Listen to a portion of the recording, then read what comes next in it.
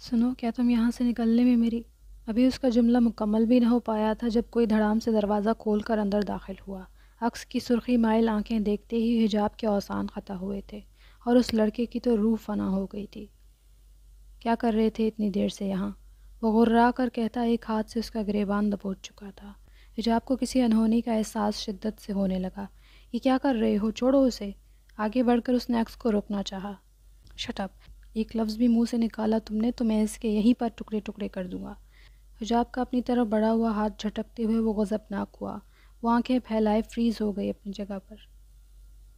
یہ سب کیسے ہوا؟ گیا کہاں تھا نظام؟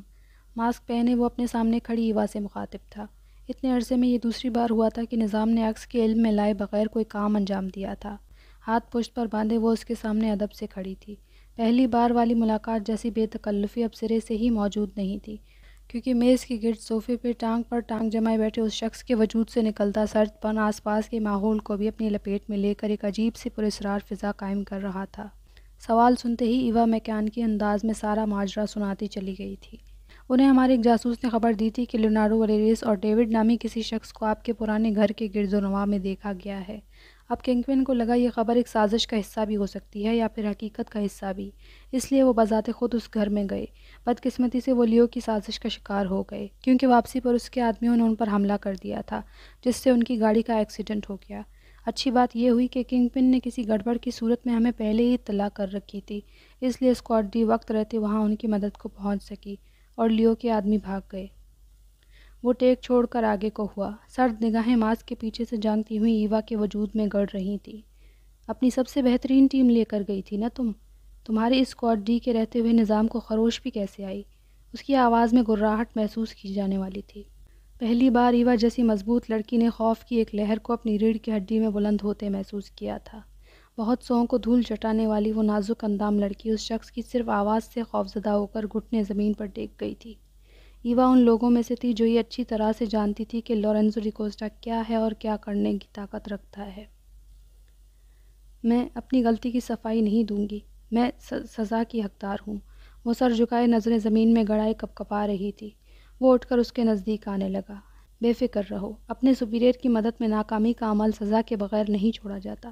ایوا کا دل اس کے قدموں کی آہٹ پر اچھل کر حلق میں آ گیا۔ سیاہ فام گارڈ جو تب سے پشت پر ہاتھ باندھے کمرے میں موجود ہوتے ہوئے بھی نہیں تھا، اپنے باس کا اشارہ پاتے ہی کوئی ٹرے اٹھائے قریب چلا آیا۔ اس نے انگشت شہادت اس کے ٹھوڑی تلے دے کر چہرہ اوپر اٹھایا، جو اس وقت یہ سوچ کر خوف سے پیلا پڑ رہا تھا کہ نہ جانے وہ شخص اب کیا کرنے والا ہے۔ اٹھو! یک لفظی حکم صادر ہوا تھا۔ ایوا ایک لمحہ لیے بغیر اٹھ کھڑی ہوئی۔ اسے ٹرے میں سے لیزر اٹھاتے دیکھ کر ایوا نے خشک لبوں پر زبان پھیری۔ کچھ کہنا چاہا مگر ہمت نہیں بن پائی۔ عکس نے اس کے شرٹ کا گریبان پکڑا اور کندھے سے اس وقت تک نیچے سرکاتا گیا جب تک کہ اس کا ڈی والا ٹیٹو نظر نہ آ گیا، اور وہ جان چکی تھی کہ وہ کیا کرنے جا رہا ہے۔ آنکھیں بند کرتی وہ خود کو اس شخص کے رحم و کرم پہ چھوڑ گئی۔ گرل مشین کی سی آواز پیدا کرتی وہ شے جہاں جہاں اس کے ٹیٹو پر لگ رہی تھی وہاں سے اسے اکھاڑتی چلی جا رہی تھی۔ ایوا مٹھیاں بھینچے چند لمحوں کی یہ تکلیف برداشت کر گئی۔ عکس نے جب دیکھا کہ ٹیٹو مٹ چکا ہے تو وہ مطمئن ہو کر مشین واپس گارڈ کو تھما کر جیب میں ہاتھ ڈالے اس سے فاصلے پر ہو گیا۔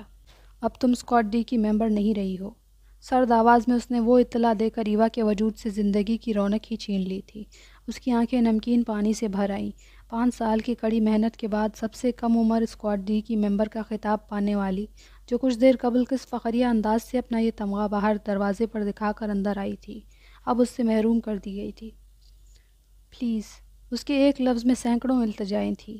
اپنے ان باقی ممبرز کے بھی ٹیٹو تم خود مٹاؤ گی، جو اپنا کام صحیح وقت پر انجام دینے سے قاصر رہے۔ تم لوگوں کو ٹریننگ کی سخت ضرورت ہے۔ ہاں، 5 سال سے کم کر کے تمہاری ٹریننگ کا وقت 3 سال تک کیا جا سکتا ہے، وہ بھی صرف اس لیے کیونکہ نظام کی جان بچائی ہے تم لوگوں نے۔ بستر پر پڑے ہوش و حواس سے بیگانہ وجود کو تکتے ہوئے اس نے جو ہی اپنی بات مکمل کی، گارڈ کو اشارہ دیا تھا۔ وہ ایوا کا بازو تھامے اسے کمرے سے باہر لے گیا۔ یہ اس لڑکی نے دیا ہے اور کہا ہے کہ یہ کنگ پن کے پاس سے ملا تھا۔ گارڈ نے واپس آ کر ایک سفید لفافہ اسے دیا تھا۔ عکس نے اسے الٹ پلٹ کر دیکھا مگر اس پر کوئی تحریر نہیں تھی۔ پھر جب کھول کر دیکھا تو اندر سے ایک تصویر برآمد ہوئی، لورینزو کی تصویر، جس پر سرخ مارکر سے کراس کیا گیا تھا۔ اس کی سیاہ آنکھیں یہ دیکھ کر پہلی بار دنگ ہوئی تھیں۔ یہ تو حال ہی کی ہے۔ کاغذی شکل میں موجود اس تصویر کا کاغذ بہت زیادہ پرانا نہیں لگتا تھا۔ لگ رہا تھا جیسے کسی نے حال ہی میں وہ تصویر وہاں چھوڑی تھی۔ لیو، تو اس تصویر تک تم نظام کو پہنچانا چاہتے تھے اور پھر نظام کے ذریعے سے مجھ تک۔ یہ کام تمہارے علاوہ اور کسی کا ہو ہی نہیں سکتا۔ وہ یوں مسکرایا جیسے اب ساری کڑیاں ایک دوسرے سے مل چکی تھیں۔ وہ لیو ہی تھا جس نے نظام کے جاسوس کو پکڑا اور اس کے ذریعے نظام کو فون کروا کے اپنی اور ڈیوڈ کی اس گھر کے آس پاس ہونے کی اطلاع بھجوائی تھی۔ نظام کے ہاتھ تک وہ تصویر بھی اسی نے پہنچائی تھی۔ یہ تمہاری دھمکی ہے یا پھر میرے لیے کوئی اطلاع؟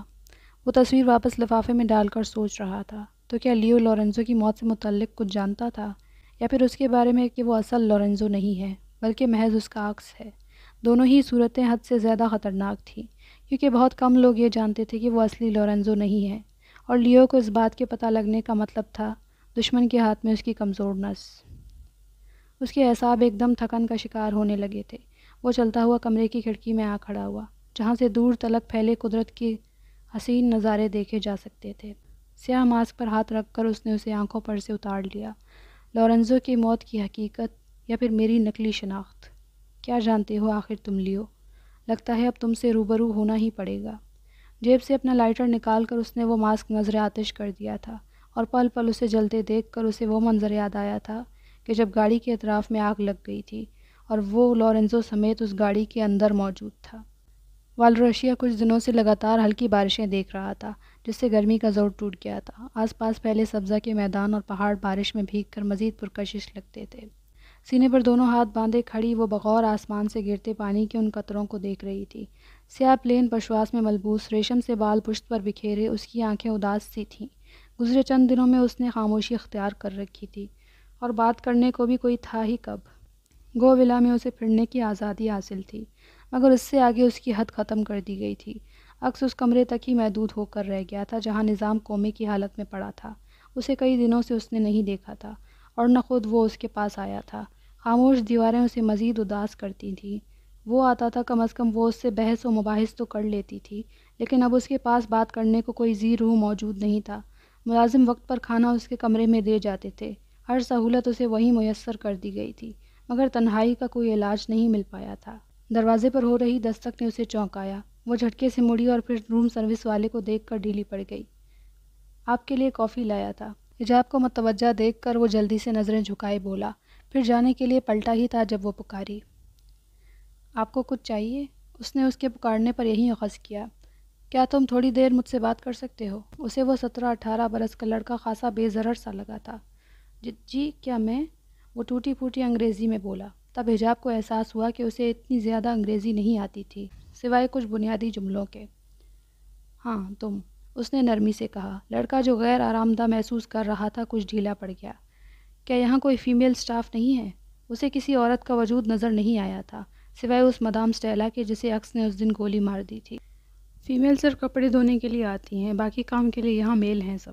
وہ ہاتھ باندھے سر جھکائے ادب سے جواب دے رہا تھا۔ شاید اسے اندازہ تھا کہ وہ لڑکی اس کے مالک کے لیے کافی اہم تھی۔ سنو، کیا تم یہاں سے نکلنے میں میری… ابھی اس کا جملہ مکمل بھی نہ ہو پایا تھا جب کوئی دھڑام سے دروازہ کھول کر اندر داخل ہوا۔ عکس کی سرخی مائل آنکھیں دیکھتے ہی حجاب کے اوسان خطا ہوئے تھے، اور اس لڑکے کی تو روح فنا ہو گئی تھی۔ کیا کر رہے تھے اتنی دیر سے یہاں؟ وہ غرا کر کہتا ایک ہاتھ سے اس کا گریبان دبوچ چکا تھا۔ حجاب کو کسی انہونی کا احساس شدت سے ہونے لگا۔ یہ کیا کر رہے ہو؟ چھوڑو اسے۔ آگے بڑھ کر اس نے عکس کو روکنا چاہا۔ Shut up! ایک لفظ بھی منہ سے نکالا تم نے تو میں اس کے یہیں پر ٹکڑے ٹکڑے کر دوں گا۔ حجاب کا اپنی طرف بڑھا ہوا ہاتھ جھٹکتے ہوئے وہ غضبناک ہوا۔ وہ آنکھیں پھیلائے فریز ہو گئی اپنی جگہ پر۔ سر پلیز مجھے معاف کر دیں۔ وہ لڑکا پھوٹ پھوٹ کر روتا ہوا فرش پر گر کر اس کے پیروں سے لپٹ گیا۔ تمہاری دوا تو میں کرتا ہوں۔ اسے گریبان سے پکڑ کر گھسیٹتے ہوئے وہ ساتھ لے گیا۔ یہ دیکھ کر حجاب کو ایک اور جھٹکا لگا تھا، اور وہ اسے روکنے کو اس کے پیچھے پیچھے بھاگی۔ وہ اس لڑکے کو اسی طرح سیڑھیوں سے گھسیٹتا ہوا لے جا رہا تھا۔ ننگے پیر بھاگتی ہوئی وہ سیڑھیاں اتر رہی تھی جب اچانک سے سامنے نمودار ہونے والے ابرام نے اس کا راستہ روک لیا۔ ہٹو میرے راستے سے، مجھے اسے روکنا ہے۔ وہ سرخ ہو چکی نم آنکھوں سے اسے دیکھتی وارننگ دینے والے انداز میں بولی۔ آپ کا جانا ٹھیک نہیں ہے، اس لیے پلیز یہیں رکیں، ابرام نے اسے ضد کرتے دیکھ کر کہا۔ حجاب کی ہمت جواب دے گئی۔ کس مٹی سے بنے ہو تم لوگ؟ کیا اتنا آسان ہے تمہارے لیے کسی کی جان لینا؟ وہ چیخ پڑی تھی۔ دیکھیے مدام، آپ کچھ نہیں جانتی، اور اگر آپ کسی لڑکے کو بچانے کے لیے یوں پاگل پن دکھائیں گی تو باس اور بھی ناراض ہوں گے۔ ابراہم اس پر زور آزمائی نہیں کر سکتا تھا، اس لیے نرمی سے سمجھایا، تو کیا اسے ایک بے گناہ کو مارنے دوں؟ زندگی میں اس نے کبھی خود کو بیک وقت غصے اور بے بسی کی ایسی کیفیت میں مبتلا نہیں پایا تھا۔ آپ بحث مت کریں پلیز، اپنے کمرے میں جائیں، ابراہم نے اسے جان چھڑانے والے انداز میں کہا۔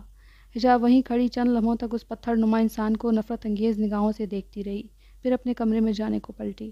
ابراہم اسے جاتے دیکھ کر جو ہی شکر کا سانس لینے کو مڑا تھا وہ واپس پلٹی اور ابراہم کو پوری قوت صرف کر کے فرش پر دھکیلنے کے بعد وہ دوڑ کر اس کی سائڈ سے نکل گئی۔ بند کمرے کے دروازے کا ہینڈل گھما کر پورا کھولنا ہی چاہا تھا جب اندر سے آتی آواز پر وہ رک گئی۔ دروازہ کھلا رہ جانے کے باعث وہ ان کی باتیں بآسانی سن پا رہی تھی۔ اندر بیٹھے نفوس اس کی وہاں موجودگی سے انجان تھے۔ کون ہے تمہارا باس؟ عکس کی آواز گونجی تھی۔ بھاڑ میں جاؤ تم اور تمہاری وہ محبوبہ۔ وہ خباثت سے ہنستا فراٹے سے انگریزی زبان بول رہا تھا۔ حجاب شاکی ہوئی۔ ابراہم اٹھ کر سیدھا ہوا اور حجاب کو وہاں سے ہٹانے کے بجائے اس کی وہاں موجودگی سے عکس کو میسج کے ذریعے مطلع کر دیا۔ آنکھ کنارے سے عکس نے دروازہ ہلکا سا کھلا دیکھ لیا تھا مگر کچھ نہیں کہا۔ بکواس اگر کی تو زبان کھینچ لوں گا، اس کے گلے پر گرفت کستے ہوئے اس نے دمکایا۔ کیوں، کیا کوئی رشتہ ہے تمہارا اس سے؟ حالانکہ میں نے تو سنا تھا کہ وہ تمہارے دشمن کی بہن ہے، وہ تمسخر اڑاتا ہوا بولا۔ میں آخری بار پوچھ رہا ہوں، کس کے لیے کام کرتے ہو تم؟ اس کی گردن پر موجود اپنی گرفت آہستہ آہستہ سخت کرتے ہوئے وہ بولا۔ وہ جو تم سے زیادہ یہ مقام ڈیزرو کرتا ہے۔ وہ خباثت سے مسکرایا۔ عکس نے شکاری کی سی چمک کے ساتھ اس کی آنکھوں میں دیکھا۔ اس کی مسکراہٹ غائب ہوئی۔ کیا رچی کے خواب اتنے بڑے ہیں کہ وہ میری جگہ لینا چاہ رہا ہے؟ تمہیں کیسے پتا کہ رچی نہیں؟ وہ سوال کر ہی رہا تھا جب حجاب کمرے میں داخل ہو گئی۔ ان دونوں نے بیک وقت اسے دیکھا تھا۔ تو تم جاسوس تھے کسی کے؟ وہ عکس کو نہ دیکھتے ہوئے اس لڑکے سے سوال کر رہی تھی مگر وہ کوئی جواب دیے بغیر اسے گھورتا رہا۔ حجاب غم و غصے سے آگے بڑھی اور ایک زوردار تھپڑ اس کے گال پر جڑ دیا۔ جہنم میں جاؤ، فنکار کر کہتی وہ پیر پٹکتی وہاں سے چلی گئی۔ عکس اس دوران خاموش اور پرسکون کھڑا اس کی یہ حرکت دیکھتا رہا تھا۔ میرے خیال سے اب تمہاری ضرورت نہیں رہی، جتنا جاننا تھا تم سے وہ میں جان چکا ہوں۔ کرسی سے بندھے اس کے ہاتھ پیر کھولتے ہوئے وہ پرسکون انداز میں کہتا اسے کانپنے پر مجبور کر گیا تھا۔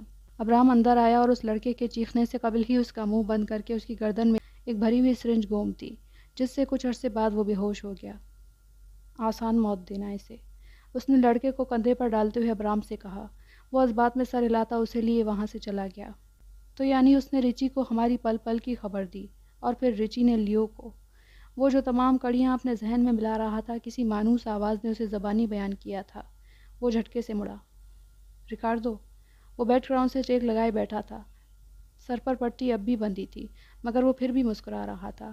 عکس ایک لمحے میں اس کے نزدیک آ پہنچا تھا، مضبوطی سے اس کے شانے تھامے جیسے وہ تسلی کر رہا تھا کہ ہاں نظام ریکارڈو اب ٹھیک ہے۔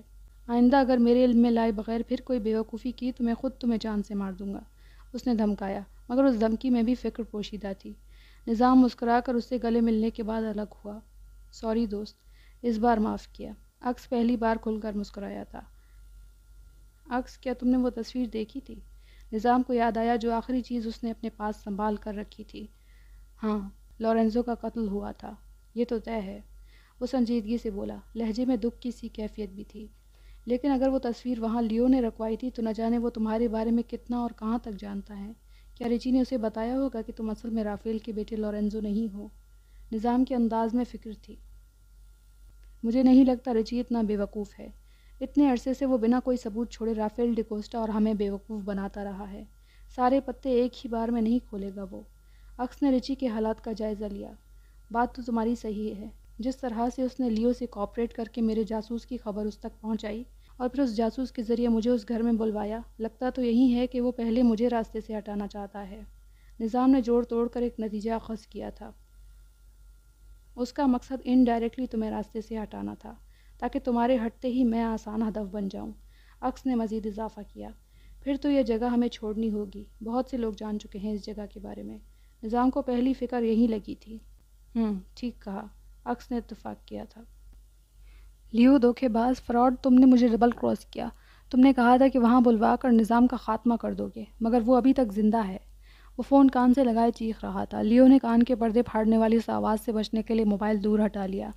میں نے تمہیں فائدہ پہنچانے کا ٹھیکہ نہیں لے رکھا ہے، اور پھر کیا میں نے تم سے کہا تھا کہ گھٹنوں کے بل چل کر میرے پاس تم میری مدد کی بھیک مانگنے چلے آؤ؟ لیو نے نخوت بھرے لہجے میں کہا۔ اچھا، جب تک تمہارا مقصد تھا تم نے میرا استعمال کیا اور اب تم مجھ سے دامن جھاڑ رہے ہو۔ رچی کا غصہ پاگل پن میں بدل رہا تھا۔ لیو تلخی سے ہنسا، پھر ٹانگیں اپنے آگے رکھی شیشے کی میز پر دراز کر دی۔ تم ہو کون؟ میں نے یہ کنگڈم تمہارے جیسوں کی مدد سے نہیں بنایا ہے، تم تو خود میرے لیے سیڑھی بننے کو تیار ہو گئے، ورنہ لیونارڈو ولیریس تم جیسوں کی مدد کے بغیر بھی جو چاہے جیت سکتا ہے۔ بہت اڑ رہے ہو نا تم، مگر جان لو کہ یہ زوال سے کچھ گھڑی پہلے کا عروج ہے تمہارا۔ اس نے یہ کہہ کر رابطہ منقطع کر دیا۔ لیو نے نفرت و غصے سے موبائل اسکرین کو دیکھا۔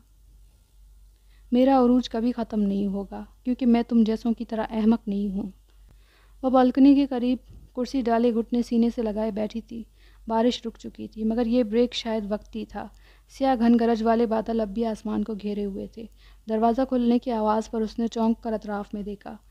چلو، ہمیں یہاں سے نکلنا ہوگا۔ وہ بیڈ کے سائڈ میں پڑا اس کا بیگ اٹھاتے ہوئے بولا۔ کہاں جانا ہے؟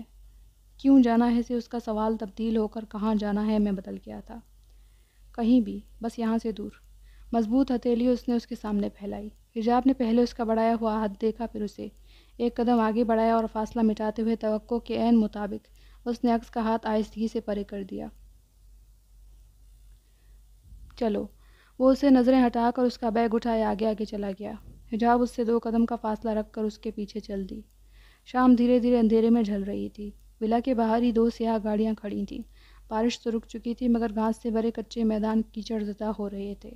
حجاب اس پشواس کو سنبھالتے سنبھالتے تھک چکی تھی، اوپر سے جوتا الگ کیچڑ میں دھس رہا تھا۔ 3 سے 4 گارڈز کچھ ضروری سامان رکھنے کے بعد ایک گاڑی میں بیٹھ چکے تھے۔ حجاب کا پیر کیچڑ میں اٹکے دیکھ کر گاڑی کی طرف جاتے ابرام اور نظام رک گئے، پھر جب پیچھے سے عکس کو آتے دیکھا تو آگے بڑھ گئے۔ میرے بغیر کچھ نہیں کر سکتی نا تم؟ وہ جھکا اور ایک ہاتھ اس کی پشت تلے رکھ کر اسے زمین کی سطح سے اوپر اٹھا لیا۔ میرا جوتا؟ حجاب اس افتاد پر جتنا حیران ہوئی اس سے کئی زیادہ صدمہ اپنا جوتا کیچڑ میں رہ جانے پر ہوا۔ دوسرا آ جائے گا، وہ لاپرواہی سے کہتا اسے اٹھائے گاڑی کی پچھلی سیٹ تک لے آیا۔ نظام چہرہ جھکائے اپنی مسکراہٹ چھپانے کی کوشش کرتا رہا، جبکہ ابرام ادھر ادھر دیکھنے لگا۔ حجاب ان کی اسمانی خیز خاموشی پر شرم سے زمین میں دھس گئی۔ ڈرائیو ابرام۔ حجاب کے برابر بیٹھنے کے بعد عکس نے ابرام کو حکم دیا۔ وہ پیر اوپر کر کے گھٹنے سینے سے لگائے شیشے کی طرف منہ کر کے بیٹھ گئی۔ عکس نے اس کی پشت کو ڈھانپتے ان بالوں کو دیکھا۔ وہ سیٹ کی بیک سے ٹیک لگائے شاید سو چکی تھی۔ وہ خاموشی سے اب اس کے سیاہ پشواس کو دیکھ رہا تھا، جس میں اس کا سراپا مکمل طور پر چھپ سا گیا تھا۔ اس کے تقریباً سارے ہی کپڑے ایسے تھے۔ یہ ڈریس گرمیوں کے فیشن کے لیے بہترین ہے، کیا آپ یہ لینا چاہیں گے؟ سیلز گرل نے اسے لیٹسٹ فیشن کے مطابق ڈریس دکھایا تھا، جو گھٹنوں سے ذرا نیچے تک آتی تھی اور آستین غائب تھے، جسے دیکھ کر اس کے ماتھے پر بل پڑ گئے۔ نیکسٹ۔ اس نے وہ ڈریس ریجیکٹ کر دی۔ سیلز گرل نے حیران پریشان ہو کر اسے دیکھا اور اپنے پیچھے صوفے پر ڈھیر لگے کپڑوں کو، سب کے سب وہ پہلے ہی رد کر چکا تھا۔ کس وجہ سے؟ یہ نہ تو وہ خود بتا رہا تھا اور نہ ہی بیچاری سیلز گرل پوچھنے کی ہمت کر پا رہی تھی۔ تبھی اس کی نظریں 2 ریک میں ٹنگے رنگ برنگی کپڑوں پر پڑی۔ 4 ورکرز آگے پیچھے چلتے ان کو کہیں اور شفٹ کرنے جا رہے تھے۔ ویسی ڈریسز چاہیے مجھے۔ وہ پشواس اور کفتان کی کئی اقسام تھیں۔ وہ تو دیگر ممالک سے منگوائے گئے سیمپل ڈریسز ہیں۔ وہ ہچکچائی۔ سنا نہیں تم نے؟ مجھے وہ ساری ڈریسز چاہیے، چند ایک کو چھوڑ کر جن کی آستین یا لمبائی کم ہے۔ اس کے سرد لب و لہجے پر وہ گھبرا سی گئی۔ سر، وہ کم از کم بھی 15 جوڑے ہیں، لوکل نہیں ہے اس لیے پرائس زیادہ ہوگی۔ کوئی بات نہیں، تمہیں پوری قیمت ملے گی۔ اس نے کچھ فاصلے پر کھڑے ابرام کو اشارہ کیا۔ وہ آگے بڑھا اور بریف کیس کھول کر اس کے سامنے میز پر رکھ دیا۔ نوٹوں کے کئی بنڈلز اس نے اٹھا کر سیلز گرل کے سامنے میز پر پھینکے، جو ان کپڑوں کی اصل قیمت سے بھی کئی زیادہ تھے۔ اتنا سارا کیش ایک ساتھ دیکھ کر اس کی آنکھیں ورتا حیرت سے پھیل گئیں۔ میں ابھی ڈریسز پیک کروا دیتی ہوں، اور اس کے علاوہ جو کچھ آپ نے منگوایا وہ سب بھی۔ عکس خیالات سے باہر آیا تو دیکھا باہر اندھیرا چھا گیا تھا۔ گھنے بادلوں نے اب بھی آسمان کو ڈھانپ رکھا تھا۔ ابرام بارش کے باعث احتیاط سے ڈرائیو کر رہا تھا۔ گارڈز کی دوسری گاڑی ان کے پیچھے ہی تھی۔ ہم کہاں جا رہے ہیں؟ نظام نے ابرام کو مختلف راستوں سے گزرتے دیکھ کر پوچھا۔ سسلی۔ موبائل میں متوجہ ہوئے عکس نے جواب دیا۔ کیا یہ خطرناک نہیں ہے؟ رافیل ڈی کوسٹا سسلی میں ہمیں بآسانی ڈھونڈ لیں گے۔ نظام کو یہ آئیڈیا صحیح نہیں لگا تھا۔ ہم خود ہی ان کے پاس جا رہے ہیں۔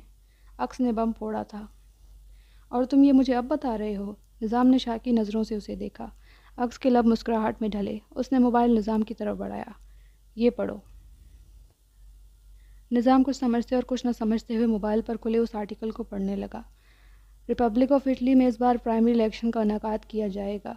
وہ سطر پڑھنے کے بعد اس نے بے یقینی سے عکس کو دیکھا۔ یہ کب کیا تم نے؟ جب تم سے کہا تھا کہ فائر ورکس کا انتظام کر رہا ہوں۔ اس نے پچھلی گفتگو کا حوالہ دیا۔ نظام نے ذہن پر زور ڈالا اور یاد آنے پر اسے تھمز اپ دکھایا۔ سیٹ کی بیک سے ٹیک لگائے بیٹھی حجاب ان کی گفتگو سن کر بھی ان کا متن نہ سمجھتے ہوئے اپنی فل آستین کو دیکھ رہی تھی، جس کے اندر اس نے اس لڑکے کے پاس سے گرا کی پیڈ والا موبائل اٹھانے کے بعد چھپایا تھا۔ اب بس اسے ایک موقع کا انتظار کرنا تھا، صحیح موقع کا۔